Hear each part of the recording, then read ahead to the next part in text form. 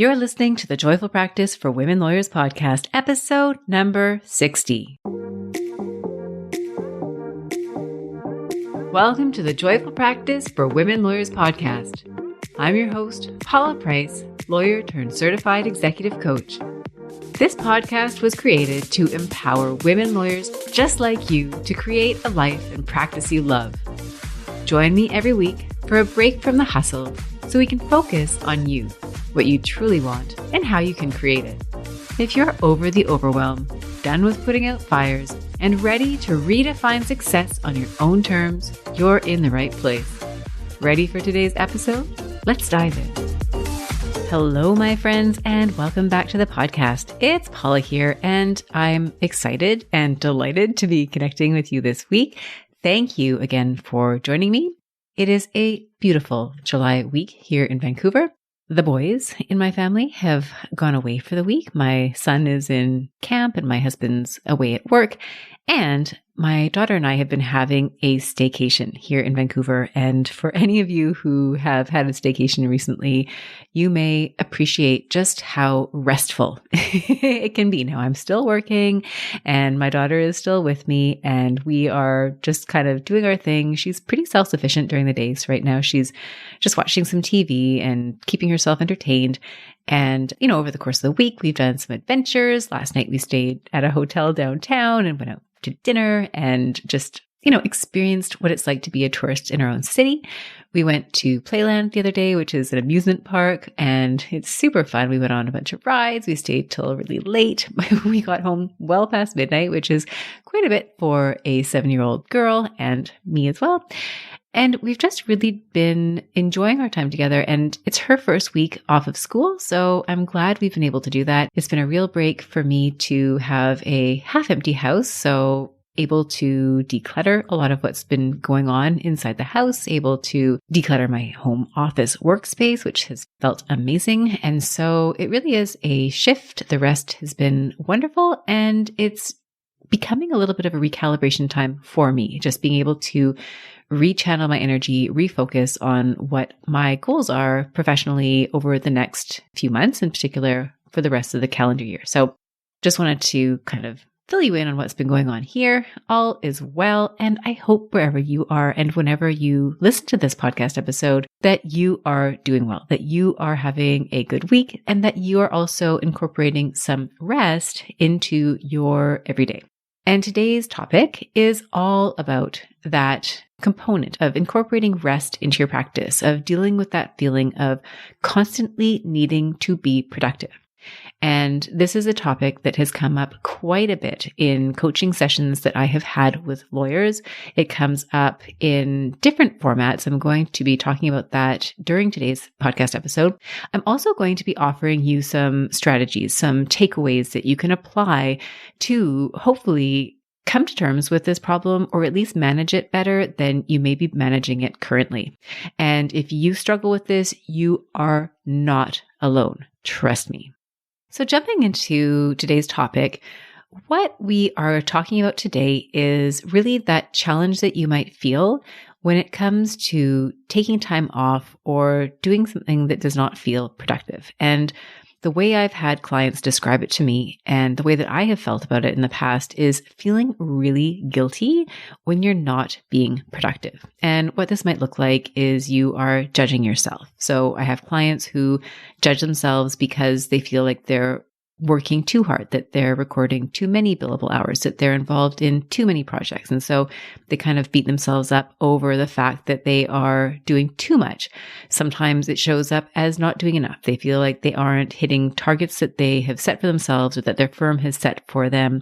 They feel like they're underperforming and they don't want to take on other things. And maybe it's the nature of the work. Maybe you're not taking on certain non-billable activities that would further your career because it would happen at the expense of something else like a billable project or family time or some other thing.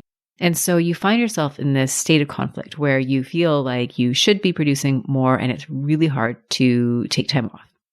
And what this might look like for you is that you feel like you should always be working. If you find yourself with a few idle minutes, then you look to do something productive. If you do take time off, you might tell yourself that you're being lazy. This is something that comes up a lot in terms of self-talk. And one analogy that came to mind is it's almost like a sunny day syndrome. And I don't know about you, but when I was growing up, if there was a sunny day outside, maybe it's because I live in Vancouver and so many days are rainy and you don't really feel that motivated to go outside in the rain. But when it's sunny, it's like, okay, you cannot sit at home and watch TV on a sunny day. You absolutely must get outside. And I still, at 45 years old, feel that way. If it's a sunny day, I feel compelled to be out there, whether I'm at home doing productive work or whatever's going on. It's like I need to be outside. And it's almost like I'm driven by this internal sense of obligation. It's guilt. It's shame, even if I don't take advantage of that day.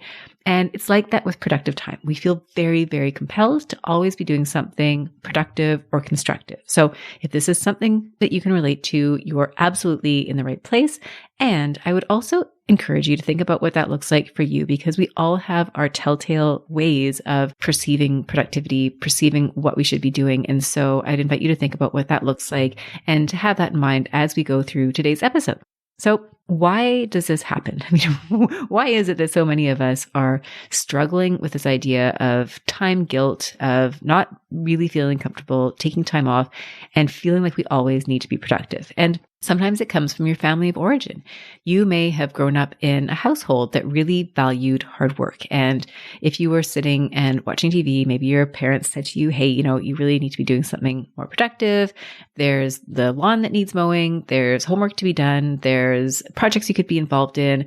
You may have this ongoing message. Maybe your parents modeled that kind of work ethic. And so you have adopted that. You've internalized that for yourself. In addition to your family of origin, it may also be the culture that you were educated in. So if you, for example, were in a university environment, high school environment, or in your law school, for example, where you felt there was this culture of working really hard. And so that is something that you have adopted and taken on for yourself. That may have been even escalated when you joined the professional organization that you're in right now, whether you work at a law firm, whether you work in-house, whether you are working for government, whatever the organization you're in, whether you have your own practice, right? I mean, sometimes if you have your own practice, you may feel that even heightened a sense of needing to be productive because you are your own boss. And for sure, I mean, I've had the experience of working in a firm. I have the experience now of working for myself.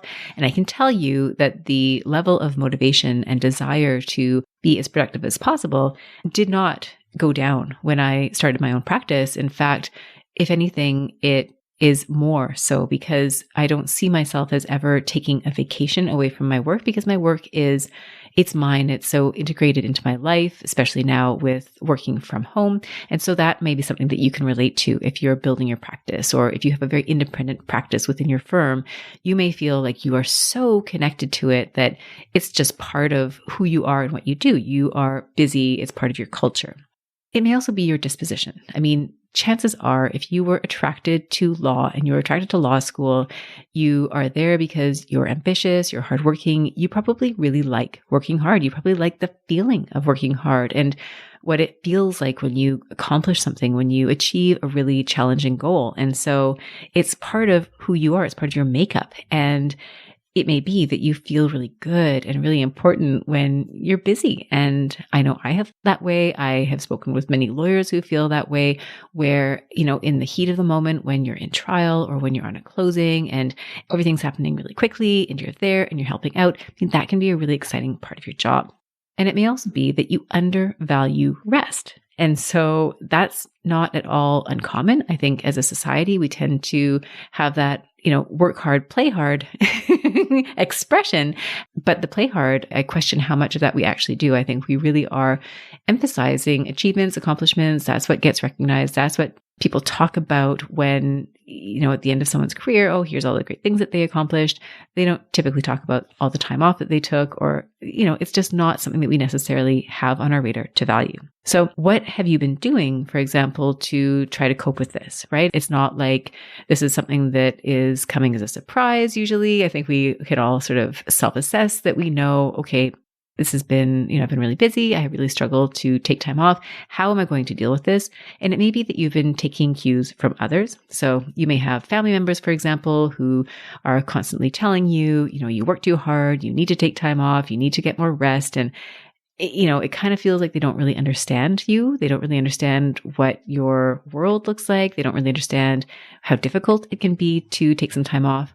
It may be that you have been told you should meditate. And I love this because I very rarely meditate. I have a couple of meditations that I do. They're, on my phone, and I really enjoy them, but they're guided meditations. The idea of sitting and meditating for me just does not resonate. It's not something that I find relaxing.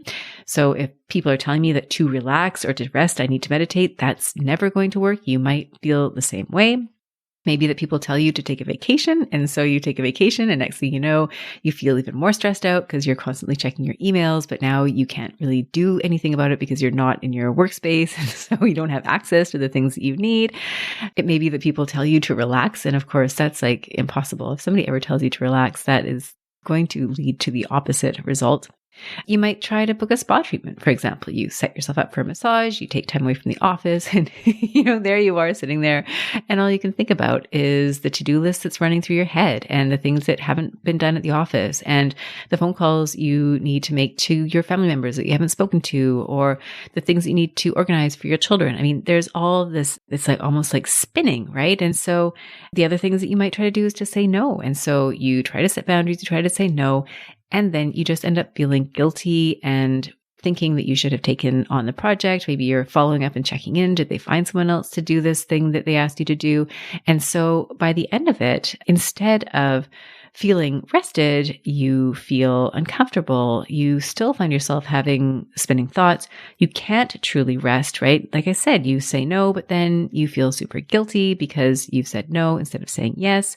And, like I said, maybe you take the time off from work, but you can't get it out of your mind. So if this is something that you can relate to, I would invite you to think about what results and outcomes that creates for you. It may be that you overwork to avoid looking or feeling unproductive. Maybe you are a leader within your organization and you want to set a good example for junior lawyers, for your support staff. You want them to see you being productive so that they in turn will be productive. Maybe you're a more junior lawyer and you want to show the more senior members of your organization that you are committed, that you're hardworking, that you'll get the job done. And in either case, you might be carrying around this fear about what other people are thinking about you and what they will do if you are not working all of the time or perceived to be working all of the time. What else might be created for you? You may find that you are judging yourself, that you are speaking quite harshly to yourself. You may feel that if you do take time off, that you then need to almost punish yourself and work even harder to compensate for having taken time to do something like go to bed early or go to dinner with your friends or go to the gym or go for a run, whatever that time off might have looked like for you. It may also be that you judge others because they're not working as hard as you do. And I've seen this come up a lot with clients, and maybe you can relate to this, where you look at others and you say, well, I was at the office until such and such time. I'm recording these hours. I'm getting my portion of the work done. Why aren't my counterparts? Why aren't my colleagues? Why is my staff? Why are they not performing at the same level? And then you may find that you become resentful because here you are burning the candle at both ends and others aren't. And so you may really resent that they're not doing that. It may also be that you are so busy trying not to waste time that you actually end up wasting time. So again, maybe you're burning yourself out by perseverating over what you should be doing. You may be exhausting yourself by working really, really hard and not giving yourself a chance to rest. You may find that you're so tired that when you are working, you're making mistakes that you ought not to be making. These are simple mistakes. They're clerical mistakes. They're things that you wouldn't make were you better rested. And you may find that it takes more time to fix that error than if you had done it better rested in the first place.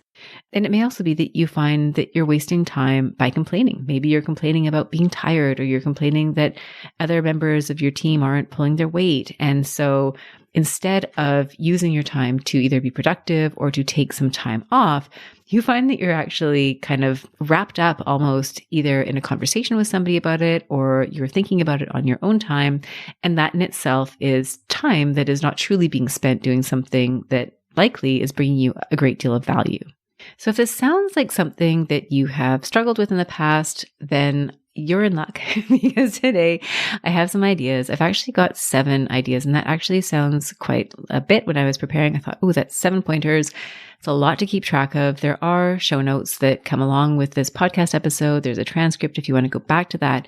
If you are listening to this in an environment where you can jot down some notes, I would encourage you to do that, mostly because what I would love for you today is to take away some actionable items that you can act on, that you can implement in your day-to-day that are going to help you when this problem comes up. Because if you are like me, if you're like clients that I have worked with in the past, this is a real challenge. And it's something that once you get your head wrapped around it, you can work on improving this situation so that you can actually start to get more rest, so that you can not feel so guilty about your time, so that you can not feel like you must be productive at all minutes of the day in order to feel justified and like you are a valuable member of your team. So 7 ideas.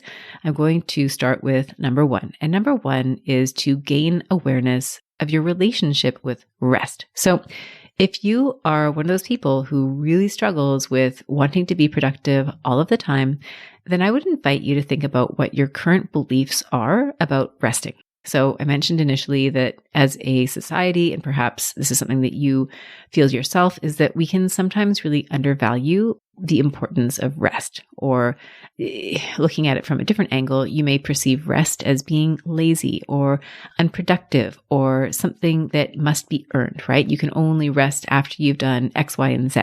Or maybe rest is something that comes after you have completed everything on your to-do list. And if you're anything like most of us, then your to-do list probably is a never. It will never be a done list. There will always be new items that crop up day to day. And so if you're waiting till you're finished to give yourself that chance to not be productive with every minute, you will never reach that point. And so if this is something that you struggle with, number 1, I would invite you to just become aware of that voice inside your head that pipes up when you go to do something that is not productive. So number 2 is to decide on purpose what you want to think about rest. What do you want to make rest or non-productive time mean for you? And some ideas here. You might look at rest or non-productive time as a chance for you to recharge. You may, if you need to, think about rest as something that can actually enhance your productivity. So I think this is a nice trick for those of us who really want to feel like we're being productive. If we can tell ourselves that rest will actually make us more productive when we go to do our work, that might be the selling feature that we need to get ourselves over that initial hurdle of even taking rest in the first place. It may be that you need to tell yourself that you are allowed to enjoy your life. You may actually need to give yourself permission for that. And if you need permission, I am giving you permission. You are allowed to enjoy your life, regardless of your professional commitments, regardless of what your clients expect of you, regardless of everything else.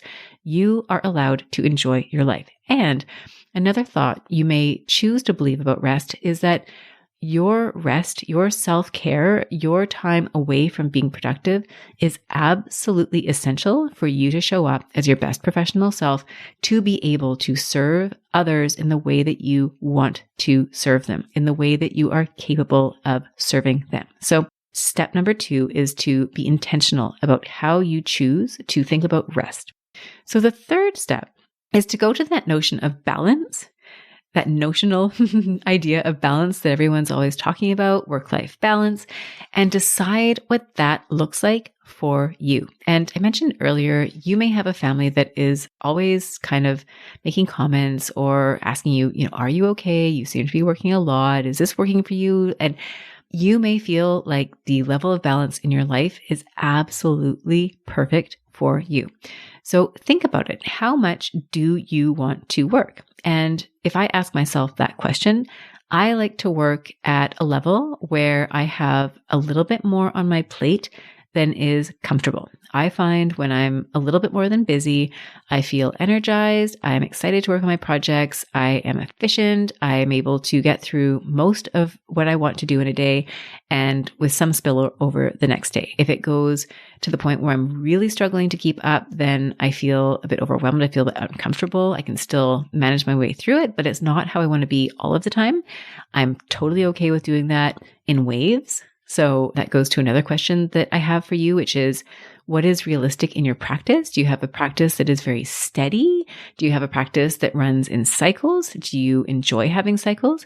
My point here is that, again, going back to my example of how I like to be engaged, I like to be generally a little bit more than busy with cycles that come and go, right? I know that if I've got presentations coming up, if I've got a very full schedule, that I may be running into an area where I'm sustaining a work level that I don't want to sustain for more than a few weeks. And that may be the same for you. If you're a trial lawyer, you may find that that's when you pop into trials. If you are a solicitor that works on corporate closings, you may find that you have transactions where there's a peak and you know that that's going to be your busy time. If you are a transactional lawyer, again, same idea.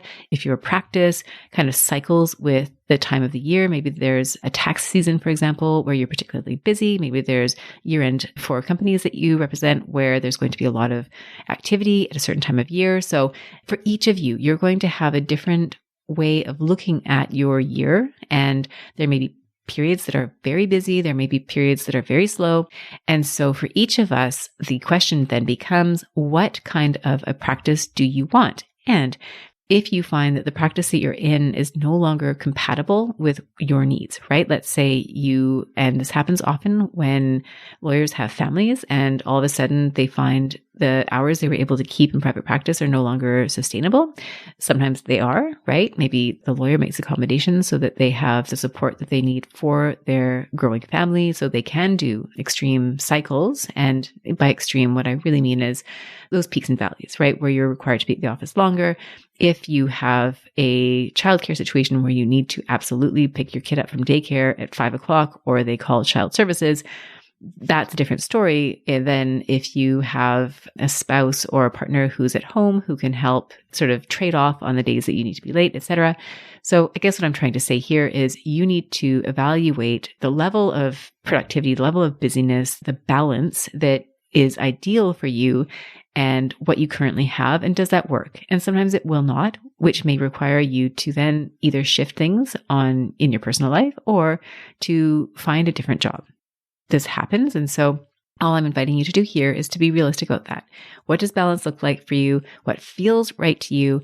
And is the current setup that you have amenable to that? And I really want to emphasize here that for everybody, it will be different. And there is absolutely no judgment if you choose to be on the higher level of the productivity spectrum or if you choose to be on the lower end of the productivity spectrum.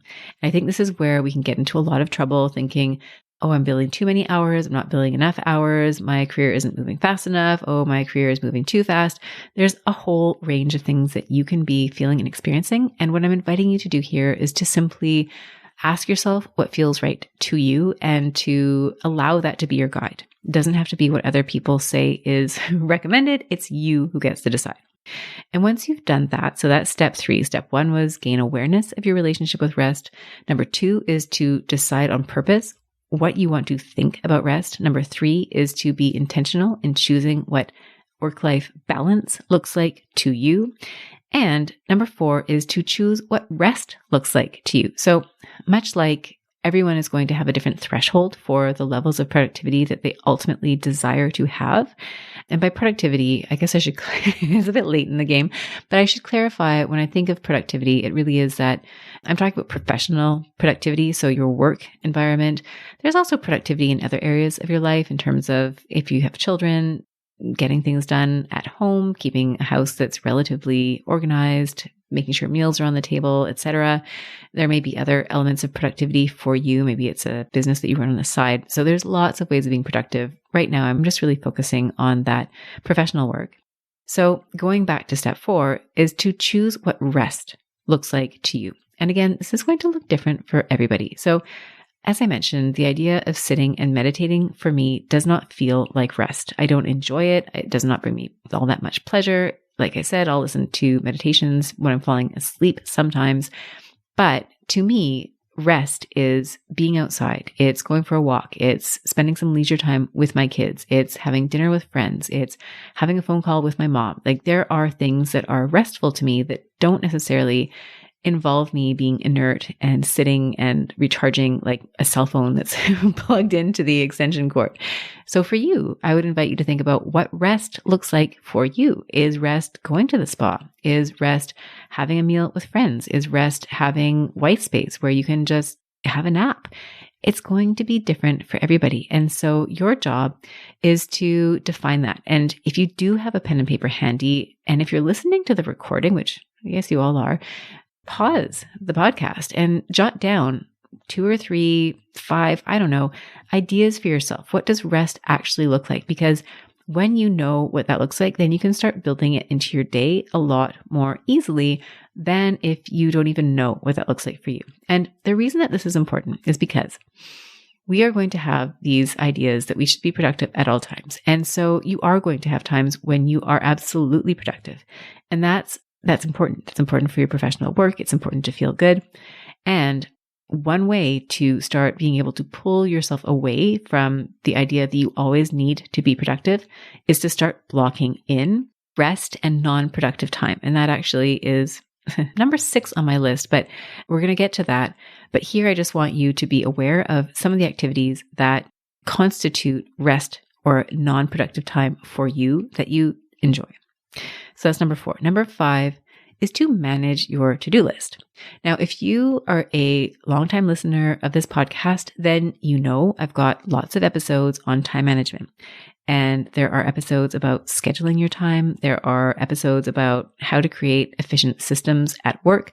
There's an episode about time scarcity and rethinking your relationship with time in a more expansive way.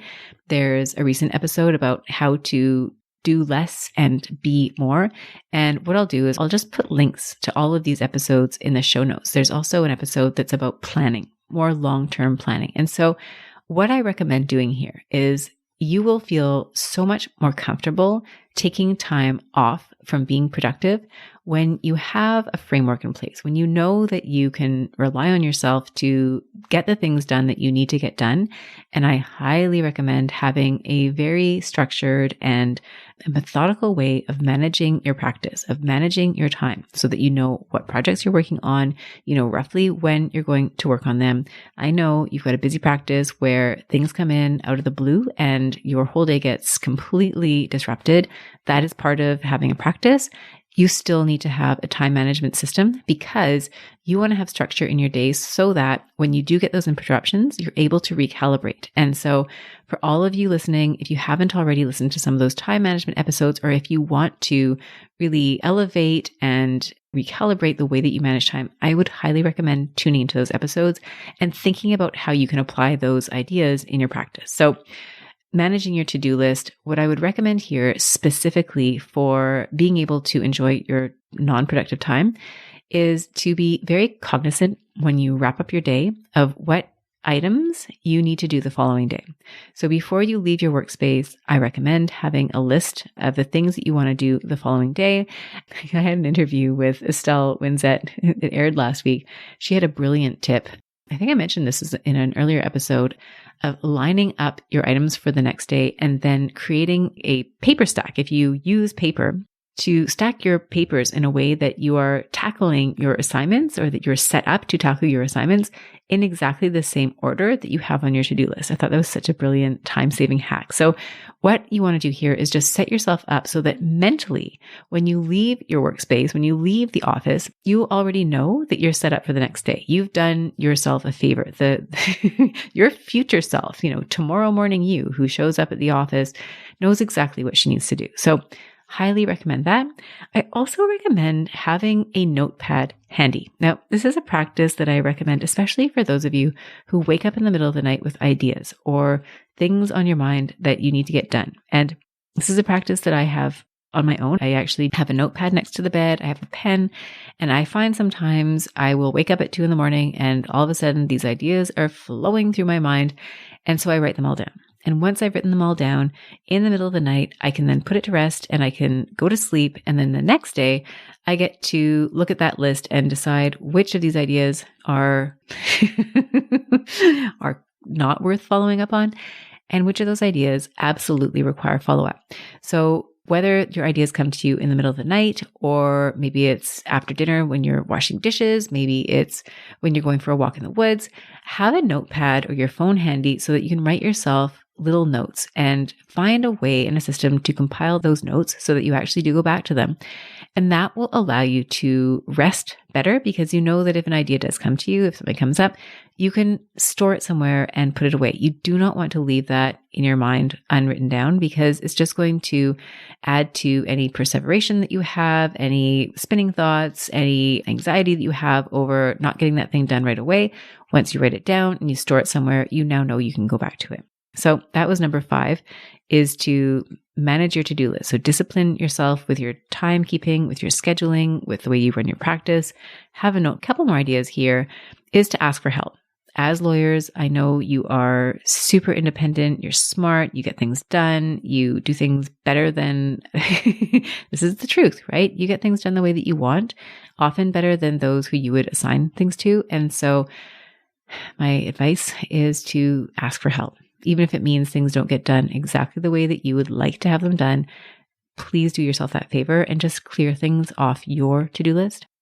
And then finally, take some shortcuts. Again, your perfectionism tendencies might invite you to do everything perfectly. You want to have the perfect meal for your family. You want to write the perfect email. You want to have the perfect memo. You want to have the perfect conversation with your client. And sometimes you're just going to have to settle for something that is not exactly at that standard, and that's okay. And you get to pick and choose where you focus that energy. But I would invite you to just ask yourself, where in your practice can you be cutting some corners so that you can free up your time for that non-productive / rest time? Number 6 is to schedule your time off and stick to it. So what does that look like? I mentioned at tip number 4 to identify some activities that look like rest to you. And so schedule that into your calendar and then stick to it. And in addition to rest, as I'm thinking about it, I would also invite you to schedule time into your calendar to plan. Again, this is your long-term planning. This is your short-term planning. You absolutely must, if you want to have a stable, predictable, and truly enjoyable practice. I really believe in the power of being intentional. I truly believe in the power of just sitting down, giving yourself, maybe it's an hour every week where you plan out your week, giving yourself some time. If it's monthly, fine. If it's quarterly, okay. But give yourself chunks of time where you actually think about the big picture and where you're going. Because that will allow you to then decipher what's important, what's less important, what you're going to clear off your calendar, what you're going to invite more of in your calendar. And then when you're choosing between your productive and non-productive time, you're really being intentional about what you're scheduling in that productive time. So number 7, and then I'm just going to read back the list after I finish this last tip, is to practice the feeling of discomfort. Yes, this is going to be extremely uncomfortable for you. Imagine you have a to-do list. Imagine you're working on a closing or a file that has an endless to-do list, and you've made dinner plans with your friend at 6 o'clock. And so at 5:45, it's time to leave the office, and you know that you have more work that you could be doing. And there's that temptation to cancel on your friend and just to stay at the office until 11 so that you can continue to chip away at your to-do list. Now, if you truly are working up against an urgent deadline and terrible things will happen if you don't complete that work that evening, then absolutely cancel the dinner if you need to. But if that's not the case and you don't need to be there, then I would encourage you to take that dinner, leave the office, write yourself that to-do list for the following morning, get yourself set up for that next day, and then have dinner. And what you will find is that it's very uncomfortable, especially at the beginning. You'll feel like you should still be at the office. But if you can allow yourself to get over that discomfort, you will start to then relax. You'll start to have more perspective. You'll truly enjoy that you were able to reconnect with your friend, and you'll enjoy your time away. And then when you go back, you'll be even more productive. Same goes true for little breaks you might schedule throughout the day. I'm a huge fan of taking a walk around the block, middle of your workday, just to clear your mind. And what I find is that if I give myself a half an hour to 45 minutes, there's actually a point when I'm out, and I do this often in my neighborhood. Again, I work from home. If I'm out for a period of, I'd say about 25 minutes, where I just truly let go of whatever it is that's on my mind. And so if you can give yourself that pause in the middle of the day, you come back to your desk feeling recharged, you feel more vital, you feel more energetic, you don't feel so resentful that you've been at your desk for the entire day. So schedule it and stick to it. It will feel very uncomfortable at first, but when you make it a practice, then what you will likely find is that you are more productive. You get used to having non-productive time. And so treat it like a muscle. Apply that growth mindset. Yes, you're going to feel uncomfortable, but that doesn't mean you shouldn't be doing it. It means that you are adopting a new habit. Your brain is not used to this. Your neural pathways are kind of they're in shock. They're like, wait a second. The habit is usually to just keep working until everything's done. Why are we all of a sudden stopping before the list has been completed? You're going to have to push yourself through that in order to incorporate non-productive time as a more regular feature in your workday and in your life. So to recap on the 7 tips, number 1, gain awareness of your relationship with rest. Number 2, decide on purpose what you want to think about rest. Number 3 is to be intentional about what balance looks like for you, not for your friends, not for your family, not what society tells you, but what balance is right for you. Number 4, choose what rest looks like for you. What activities do you enjoy? What actually does help you unwind? Number 5 is to proactively manage your time and your to-do list. Number 6 is to schedule your time off and stick to it. And then number 7 is to practice feeling the discomfort. So when you do these things, it will result in shifts over time, gradual shifts over time, and you will feel more comfortable with non-productive time because you are addressing the problem at a deeper level than simply booking a spa appointment or a vacation or a one-off relaxation time. You will understand yourself better. You'll understand what thoughts are coming up. You'll be able to be more critical of the way that you're thinking. I mean, often we think something and we just assume it to be true. But if we were to really examine it more closely, it's not true. So this is a great opportunity for you to get to know your beliefs better. And you will learn how to cultivate peace of mind whenever you need it. So that can be super helpful. You might be in the middle of a very stressful situation at work, and you will have cultivated the ability to remove yourself from that situation long enough to calm yourself, to get back into a more creative versus reactive state. And then you can reapproach that stressful situation in a much more intentional manner. And I actually have another podcast episode I'll refer you to, which is how to thrive under pressure. And that really talks about that situation where you find yourself in the heat of the moment, things are crazy, and you just need to step back and find a way to calm yourself and to give yourself almost like instructions to move forward.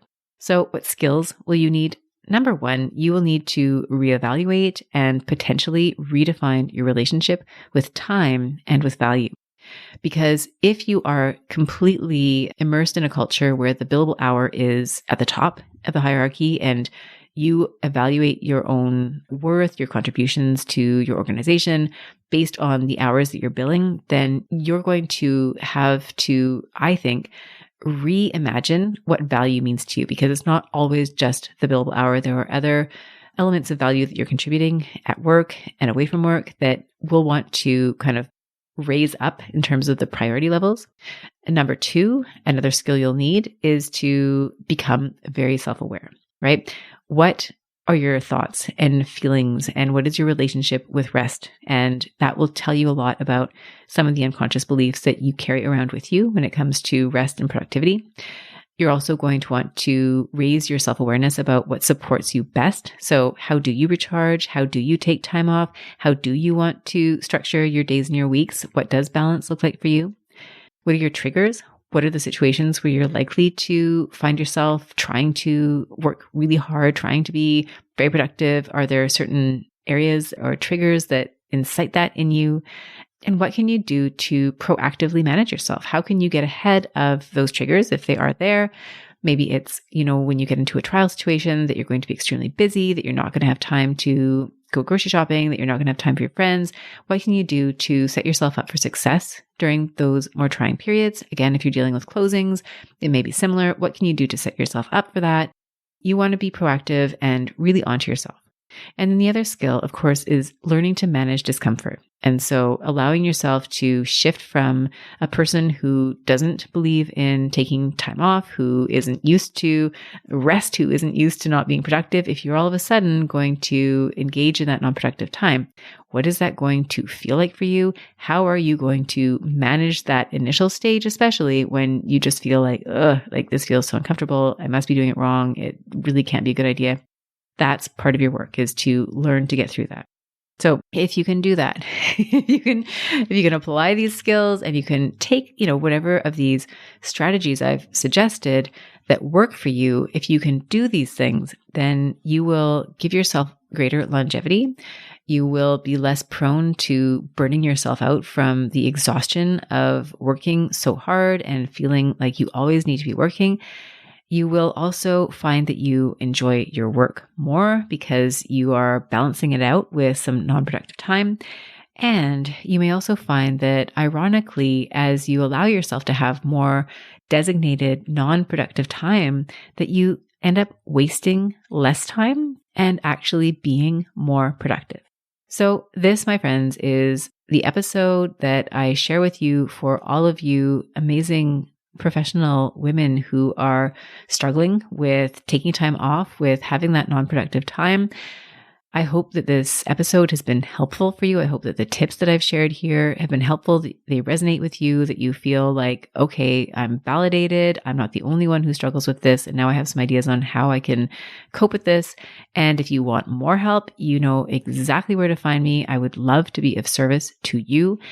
If you like this episode, if you like this podcast, again, I encourage you to like it, to share it, to give me a review on whatever app it is that you download your podcast. It helps other people find this podcast. And if you do want to reach out to me, you can find me on LinkedIn. You can send me an email. I love hearing from you. So love to hear from you. So that's what I've got for you, my friends. I am going to go back to my lovely staycation with my daughter. The boys are coming back tomorrow night, so we've got another night of relative quiet in the house before we resume our usual very exciting and fun, chaotic family life. And I wish for all of you that you have an amazing week, that you have some rest incorporated, some downtime, some time to just enjoy yourself. And thank you again for joining me. As always, it is a pleasure. So see you again next week, my friends. Take care. If you enjoyed today's show and don't want to miss an episode, subscribe and follow the show wherever you listen to your podcasts. If you haven't already, please leave a rating and review. Your feedback will help me create a podcast that's tailored to your needs and goes straight to the heart of what matters to you. For instructions on how to subscribe, rate, and review the podcast, visit www.thejoyfulpractice.com/podcast launch. See you next time. Thank you for listening to this episode of the Joyful Practice for Women Lawyers podcast. If you want more information, visit www.thejoyfulpractice.com. See you next week.